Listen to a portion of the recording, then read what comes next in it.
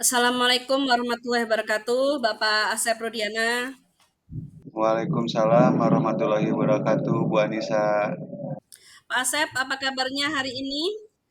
Saya harap Pak Asep dalam keadaan sehat walafiat dan tetap semangat beraktivitas.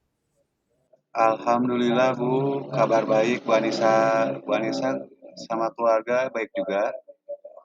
Alhamdulillah, saya sekeluarga baik juga, Pak.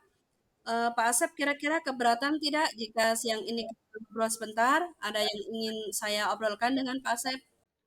Boleh Bu, kebetulan tugas mengajar saya sudah selesai dan kebetulan juga ada yang ingin saya curhatkan kepada Bu Anissa nih. Baiklah kalau begitu. Mari ke ruangan saya saja, Pak, biar lebih santai ngobrolnya. Baik Bu, silakan. Sebelum kita mulai, bagaimana perasaan Pak Asep saat ini? Ada hal khususkah yang ingin Bapak diskusikan atau fokuskan? Sejujurnya saya sedikit merasa tegang Bu. Beberapa tantangan di pekerjaan membuat saya harus mencari solusinya nih Bu. Oh ya, tentu saja Pak. Saya menghargai kejujuran Bapak. Mari kita jadikan sesi ini sebagai ruang untuk menjelajahi solusi bersama. Apakah ada hal khusus yang ingin kita bahas lebih mendalam hari ini? Sebenarnya ada Bu Nisa, tapi mungkin nanti di akhir sesi saja ya Bu ya. Boleh Pak. Kalau begitu kita langsung aja ya ke sesi tanya jawabnya. Silakan Bu. Baik, Kak Saprodiana, apa tujuan yang ingin Bapak capai dari diskusi ini? Saya ingin meningkatkan kemampuan presentasi saya Bu di depan umum Bu Nisa. Baik, apa definisi tujuan akhir yang ingin Bapak inginkan? Saya ingin bisa berpresentasi dengan percaya diri dan membuat audiens terkesan dengan presentasi saya Bu. Bagus, Pak Asep. Apa ukuran keberhasilan yang Bapak inginkan dari sesi coaching ini? Saya ingin bisa berpresentasi dengan lancar dan tanpa rasa gugup Bu, serta mendapatkan feedback positif dari audiens saya Bu. Siap, Pak Asep. Nah, sekarang mari kita masuk ke tahap identifikasi ya. Apa yang membuat Pak Asep merasa kesulitan dalam presentasi? Saya merasa gugup dan sering lupa kata-kata saat berpresentasi Bu Anissa. Oh, seperti itu ya, Pak. Boleh diceritakan lebih lanjut, Pak? Bagaimana perasaan itu muncul dari dalam diri Bapak? Begini Bu Anissa, rasa takut tidak bisa memberikan kesan positif kepada audiens membuat saya gugup Bu. Terkadang saya merasa tertekan untuk menyampaikan sesuatu hal yang sempurna Bu. Baik. Saya sangat paham apa yang Bapak rasakan. Nah, bagaimana Pak Asep menghadapi situasi tersebut? Saya mencoba untuk percaya diri Bu, tapi rasa gugup itu selalu muncul pada diri saya Bu. Saya sangat paham, Pak. Yuk kita akan bersama-sama mencari solusi untuk mengatasi hambatan ini. Apakah ada hal lain yang ingin Pak Asep tambahkan? Paling saya hanya ingin merasa lebih percaya diri Bu dan terampil saat berpresentasi, dan saya yakin dengan bimbingan Ibu Anissa saya bisa mencapainya Bu. Baik, Pak. Kalau begitu, sekarang mari kita merancang rencana aksinya ya, Pak ya. Baik Bu. Apa rencana yang Pak Asep inginkan dalam mencapai tujuan presentasi tersebut? Saya ingin mempersiapkan materi presentasi dengan baik Bu, berlatih presentasi di depan cermin dan mencari feedback dari teman sejawat Bu. Sangat bagus, Pak. Apakah ada prioritas yang Pak Asep miliki dalam rencana aksi Bapak tadi? Prioritas saya mungkin mempersiapkan materi presentasi dengan baik Bu, dan berlatih presentasi di depan cermin setiap saat.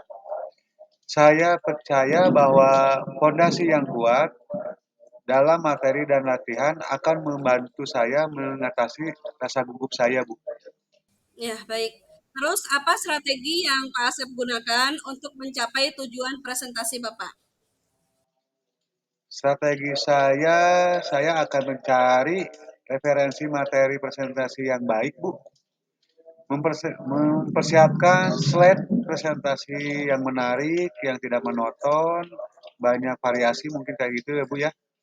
Dan berlatih presentasi dengan fokus pada intonasi dan gerak tubuh.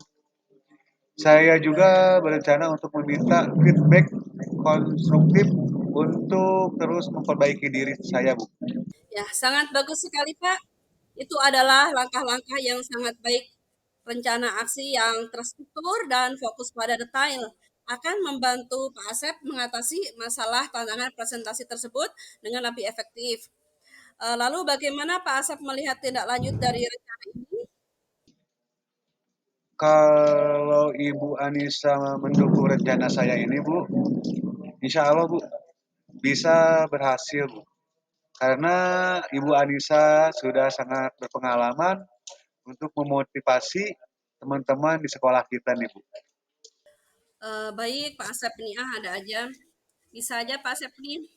Oke, sekarang mari kita masuk ke tahap terakhir ya Pak ya, tahap tanggung jawab nih. Apa komitmen Pak Asep terhadap rencana aksi yang sudah Bapak buat? Komitmen saya untuk mempersiapkan materi presentasi, Bu, dengan baik. Berlatih presentasi di depan cermin setiap ada waktu luang supaya meningkatkan percaya diri saya. Dan mencari feedback dari teman sejawat, Bu. Mungkin itu, Bu. Oke Pak, oke ya kalau begitu siapa dan apa yang dapat membantu Pak Asep dalam menjaga komitmen Bapak? Saya akan meminta bantuan teman sejawat untuk memberikan feedback dan membantu saya dalam berlatih presentasi, Bu. Saya percaya dukungan mereka akan menjadi pendorong motivasi dan pemantik perbaikan untuk saya, Bu. Amin. Lalu bagaimana dengan tindak lanjut dari kegiatan coaching ini Pak?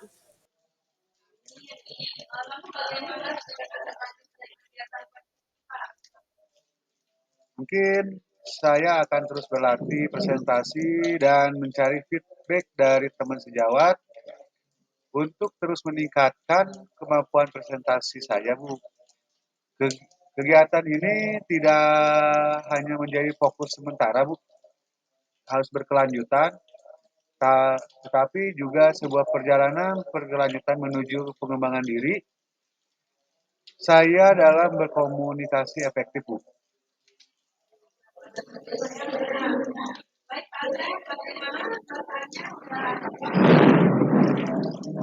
Perasaan saya setelah berkomunikasi dengan Bu Anissa itu sudah plong, Bu. Alhamdulillah ya, Bu. Terima kasih, Bu.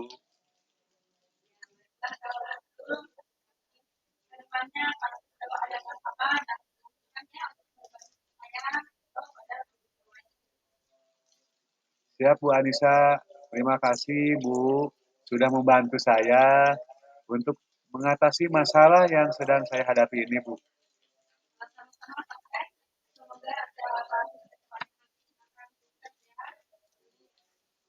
Amin ya robbal amin. Kalau begitu sekalian saya mau pamit izin, Bu, kalau sudah selesai. Kebetulan 5 menit lagi saya ada kelas, Bu.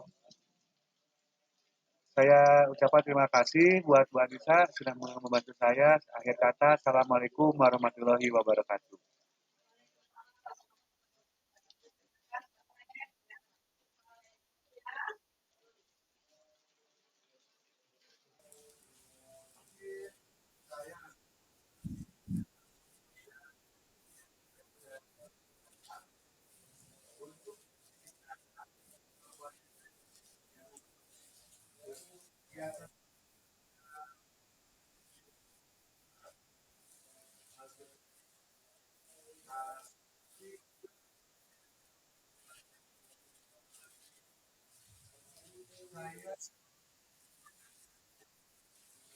Wah bagus ya Pak ya, mantap. Baik Pak Asep, bagaimana perasaannya? Udah agak plong sekarang?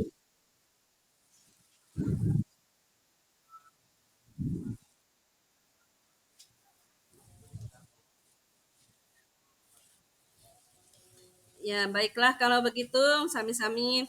Kedepannya Pak Asep kalau ada masalah jangan sungkan-sungkan ya untuk berbagi ke saya atau pada guru yang lain.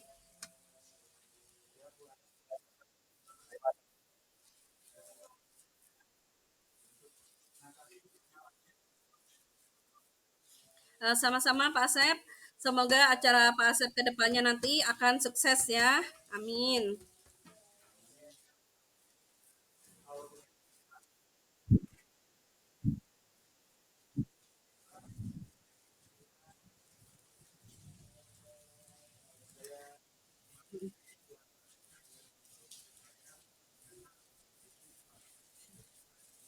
Waalaikumsalam warahmatullahi wabarakatuh. Silahkan Pak Asep. Ya, sampai jumpa lain waktu ya.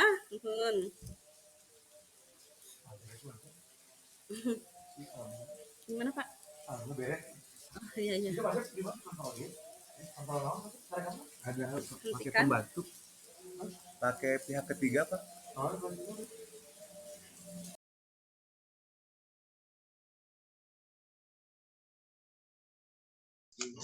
Oke, bisa mulai dulu. Baik ya Pak. Assalamualaikum warahmatullahi wabarakatuh, Bu Anissa. Waalaikumsalam warahmatullahi wabarakatuh. Bapak Asep Rudiana. Bu Anissa, apa kabarnya hari ini? Saya harap di Ibu Anissa dalam keadaan sehat walafiat dan tetap semangat dalam beraktivitas. Ya, siap Bapak. Alhamdulillah saya juga baik Pak. Pak Asep dan keluarga bagaimana? Sehat semua kah? Alhamdulillah, Bu Anissa, saya dan keluarga baik-baik saja dan sehat semua, Bu. Bu Baik. Anissa, kira-kira keberatan tidak jika siang ini kita ngobrol sebentar? Ada yang ingin saya obrolkan dengan Bu Anissa nih? Oh boleh Pak, kebetulan tugas mengajar saya juga udah selesai dan kebetulan juga ada yang ingin saya curhatkan dengan Bapak. Sebelumnya kita mulai. Bagaimana perasaan Bu Anissa saat ini? Adakah hal khusus yang ingin disampaikan, Bu? Sejujurnya gini Pak, saya ini merasa pusing menghadapi situasi dalam kelas. Kalau boleh jujur, saya ini sebenarnya sedang tertekan sekali Pak mengajar di kelas 3 tahun ini. Oh iya, saya menghargai kejujuran Bu Anissa ya. Mari kita jadikan sesi ini sebagai ruang untuk menjelajahi solusi bersama ya Bu ya. Iya, Oke. Apakah ada hal khusus Bu yang ingin kita bahas lebih dalam hari ini Bu? ada Pak, tapi nanti aja ya sambil mengalir aja. Boleh Bu. Kalau begitu kita langsung saja ke sesi tanya jawab aja ya Bu ya. Baik Pak. Bu Anissa, apa tujuan yang ingin Bu Anissa capai dari sesi diskusi ini Bu? Saya ingin masalah saya ini ada solusinya dan tidak mengganggu pikiran Bapak. Eh, saya ingin, maksudnya sesi ini nanti berjalan dengan lancar. Banyak sekali yang ingin saya diskusikan, Bapak. Mohon maaf tidak fokus. Baik Bu, tidak apa-apa Bu. Oke, apa definisi tujuan akhir yang Bu Anissa inginkan nih dalam diskusi ini? Saya ingin bisa mengajar dengan baik sebagai seorang guru yang menguasai kelas. Bagus Bu, kalau seperti itu Bu. Oke. Apa ukuran keberhasilan yang Ibu Anissa inginkan dari sesi coaching ini Bu? Saya ingin bisa memenuhi semua kebutuhan belajar anak didik saya sesuai dengan kondisinya masing-masing, Pak. Karena tiap anak ini mempunyai kekhususannya sendiri, sesuai dengan kodratnya, kodrat alam dan kodrat zamannya. Oh, sangat menarik nih Bu untuk kita bahas ya Bu ya. Iya. Nah, sekarang mari kita masuk ke tahap identifikasi ya Bu ya. Iya. Tadi kita tujuan, sekarang kita ke identifikasinya Bu. Masalah apa yang mengganggu pikiran Bu Anissa nih sehingga merasa terbebani oleh kelas Ibu nih Bu? Saya merasa kurang bisa mengelola kelas dengan baik, Pak. Apalagi, murid saya ini ada banyak, Pak, di dalam kelas. Jumlah satu kelasnya aja ada 44 siswa. Wah, banyak banget Bu.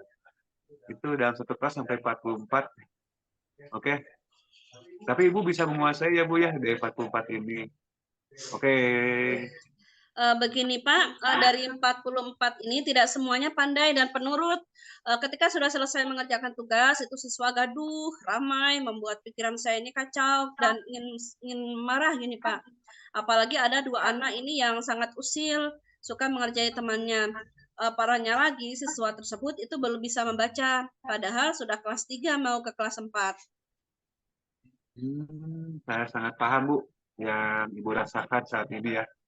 Nah, terus ini Bu saya mau tanya lagi nih Bu. Bagaimana Bu Anissa menghadapi situasi tersebut Bu? Saya mencoba untuk mengondisikan kelas dengan baik. Ya kadang berhasil Pak, sehari tanpa masalah, tapi terkadang, di kemudian hari muncul lagi masalah, ada anak yang menangis karena diusili oleh anak yang tidak bisa membaca tersebut, dan kadang malah sampai main fisik. Yang membuat saya ini harus sering menghela nafas, berlatih untuk bersabar, dan mengelola emosi dengan baik. Tidak hanya saya saja Pak yang merasakan kondisi ini, tapi juga guru yang lain, seperti guru olahraga dan guru agama yang mengajar di kelas saya juga mengeluhkan hal yang sama. Oke, baik Bu. Saya sekarang paham kondisinya Bu di kelas Ibu ini nih. Jadi semua guru juga, guru olahraga dan guru agama pun sama seperti Ibu ya Bu ya. Iya, Yuk baik. kita bersama-sama Bu, kita cari solusinya untuk mengatasi masalah ini Bu. Apakah ada hal lain yang ingin Ibu Anissa tambahkan Ibu? Begini Pak, para wali murid yang menjadi korban keusilan, anak yang belum bisa membaca itu juga sering melapor ke saya. Lalu saya sampaikan ke mamahnya anak tersebut, tapi jawabannya malah, sepihak, seolah-olah menyalahkan yang lain dan lebih membela anaknya sendiri. Baik kalau begitu Bu. Nah sekarang kita merancang rencana aksi aja ya Bu ya, supaya lebih apa terperinci untuk menyelesaikan kasus ini Bu. Oke, apa rencana Bu Anissa dalam mencapai tujuan yang diinginkan tersebut Bu? Ya mungkin di awal ya sebelum masuk kelas, saya harus mempersiapkan rencana mengajar dengan baik, agar dapat mengantisipasi kondisi yang tidak diinginkan. Oke, semangat ya Bu ya Ya baik, Pak. untuk kondisi seperti ini. Oke, bagaimana langkah Bu Anissa dalam rencana aksi tersebut Bu? Ya sebelumnya mungkin, mengidentifikasi karakteristik siswa pada asesmen diagnostik dan non diagnostik untuk mengetahui kondisi siswa. Karena setiap anak itu punya kekhususannya masing-masing. Kemudian melakukan pembelajaran berdiferensiasi sesuai dengan minat dan kebutuhan siswa. Seperti memilah-milah mana yang gaya belajarnya visual, mana yang gaya belajarnya auditori, dan mana yang gaya belajarnya kinestetik. Selain itu, mungkin saya bisa mengkolaborasikan 3 gaya belajar itu untuk semua siswa. Wah, sangat tepat nih Bu.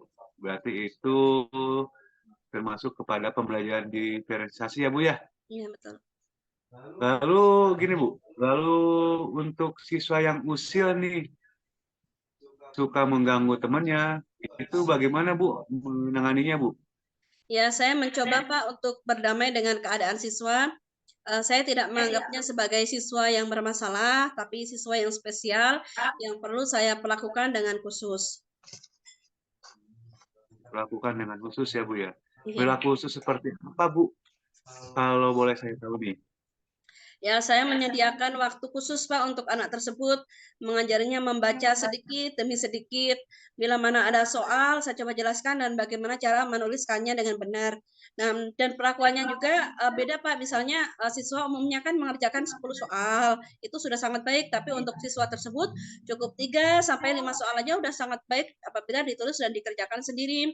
Apalagi bila dikerjakan sampai 10 soal. Kalau saya bisa mendampingi anak tersebut, mungkin siswa itu bisa terus fokus untuk belajar dan tidak mengganggu teman yang lain. Baik, Bu Anissa, tepat sekali dalam menangani siswa yang perlu perlakuan khusus ini ya Bu ya. Lalu gimana Bu Bu Anissa bila ada kegaduhan nih Bu di kelas Ibu? Tadi kan di awal Bu Anissa menyampaikan bahwa siswa tersebut suka usil atau mengganggu teman yang lain ya Bu ya. Nah, bagaimana Ibu mengelola kelas yang banyak siswanya ini tadi biar tidak gaduh lagi Bu? Ya, apabila terjadi masalah seperti ada siswa yang menangis dan sebagainya, saya mencoba mendamaikannya dengan melakukan proses segitiga restitusi, seperti menstabilkan identitas, validasi tindakan yang salah, dan menanyakan keyakinan tentang keyakinan kelas yang sudah disepakati bersama. Selain itu, saya mencoba membuat suasana kelas yang nyaman, yang aktif, dan semenyenangkan mungkin untuk siswa. Wah, sangat tepat nih Bu. Dengan segitiga restitusi ini bisa menyelesaikan masalah ini Bu. Terus apa strategi yang Bu Anissa gunakan untuk mencapai tujuan tadi Bu? Saya akan mencari referensi materi yang baik untuk diterapkan di dalam kelas yang bersumber dari berbagai macam media, baik itu elektronik maupun cetak. Kemudian mempersiapkan metode dan media yang menarik perhatian siswa, sehingga semua siswa ini akan aktif berpartisipasi. Saya juga berencana untuk meminta feedback yang konstruktif untuk terus memperbaiki diri saya. Sangat bagus sekali nih Bu, idenya Bu. Oke, itu adalah langkah-langkah yang sangat baik ya Bu ya, buat Ibu dalam rencana aksi yang terstruktur dan fokus pada detailnya Bu. Iya, ya Bapak. Bu ya Bu, ini problem Bu. Jadi tadi saya ulangi ya Bu ya, Iya, baik Bapak. sangat fokus pada detailnya akan membantu Bu Anissa kita mengatasi pertanyaan tersebut. nah sekarang Bagaimana Bu bagaimana Bu Anissa Anissa melihat tindak lanjut dari rencana ini? Ya, tentunya saya akan berkoordinasi dengan guru-guru yang lain, kemudian minta motivasi sama yang lain, terutama ya sama Pak Asep ya di sesi coaching ini. Saya yakin jika Pak Asep Rudiana mendukung rencana saya ini pasti akan berhasil. Apalagi Bapak kan sudah banyak merasakan asam garamnya kehidupan sebagai guru senior. Bu Anissa nih bisa aja. Tapi kalau Bu Anissa percaya dengan saya, ya saya terima kasih ya Bu ya. Oke, baik Bu Anissa.